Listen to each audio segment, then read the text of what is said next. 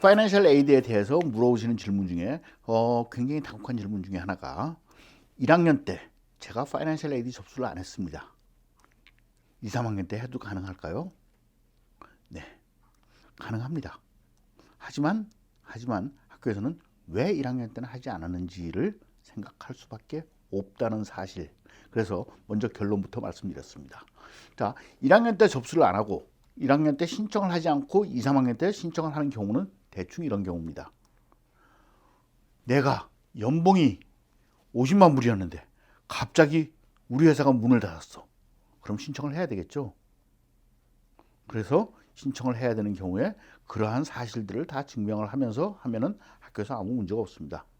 그런데 제가 만나봤을 때 1학년 때 신청 안 하고 2학년 때 하면 되나요? 라고 물어보시는데 대부분 학생이 고등학교 학생인 부모님들인 경우도 많이 만납니다.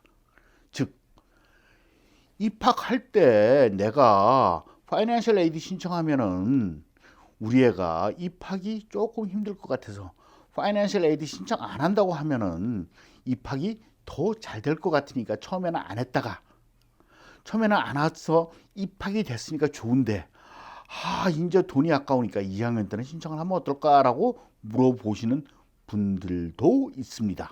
물론 다 그렇다는 말씀은 아닙니다. 하지만 그렇게 물어보시는 분들도 있습니다.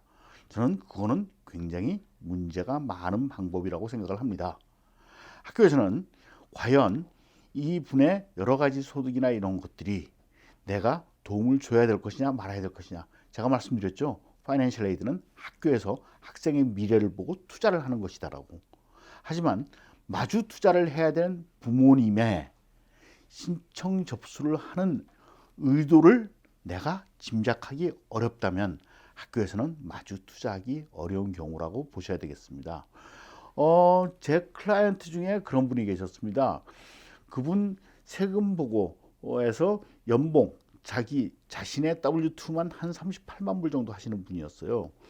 1학년 때 접수를 하겠다고 왔습니다. 헤이, 우리 애가 메릿을 받을지도 모르는데 내가 니드 베이스를 신청해 놓는 것이 메릿을 받는데 도움이 된다고 보기 때문에 나는 접수를 하겠다라고 해서 제가 접수를 해드렸습니다.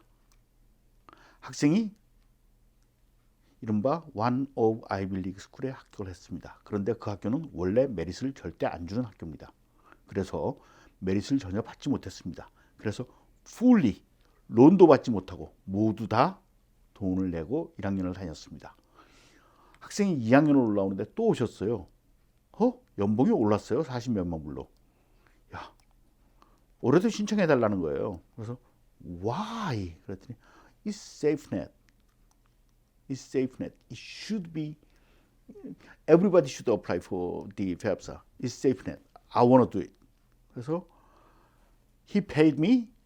그래서 저는 돈을 받고 서비스를 하니까 해서 또 접수를 해드렸습니다. 물론 2학년 때 하나도 받지 못했습니다. 그때가 약 10년 전인데, 그때 그분이 이른바 굉장히 유명한 증권회사에 다니고 있었습니다. 여러분 말씀하시면 다 아실 증권회사입니다. 그 회사가 금융위기가 오면서 문을 닫았습니다. 그분 학교에 편지를 썼습니다.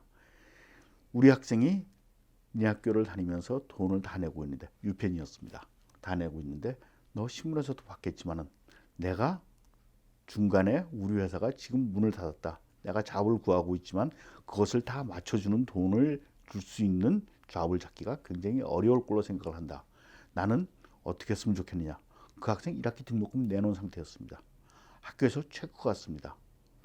Hey, I know what happened. I have seen your application on the first year. 첫 해에 내가 연봉 얼마 받는다. 2년 차에 내가 작년에 연봉 얼마 받았다. 는 내용 다 들어가 있었습니다. 그리고 지금 현재 내가 이렇게 되어 있노라라고 증명을 했을 때 학교에서 당연히 도와주고 싶은 마음이 생깁니다.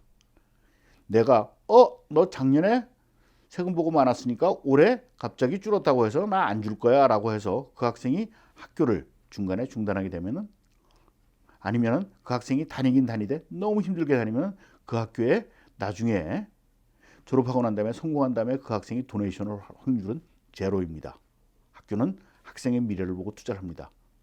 집안이 힘들 때 내가 이 집안을 도와줌으로써 학생이 학교에 고마워하고 나중에 성공한 다음에 많은 도네이션을 받는 것이 학교의 목적입니다. 학교가 파이낸셜 에이드를 주는 이유는 딱 한 가지라 그랬습니다. 첫째, 돈이 모자라서 우리 학교를 오기 힘든 학생을 내가 돈을 도와주면 그 학생이 너무나 고마워하고 성공한 다음에 많은 도네이션을 하더라.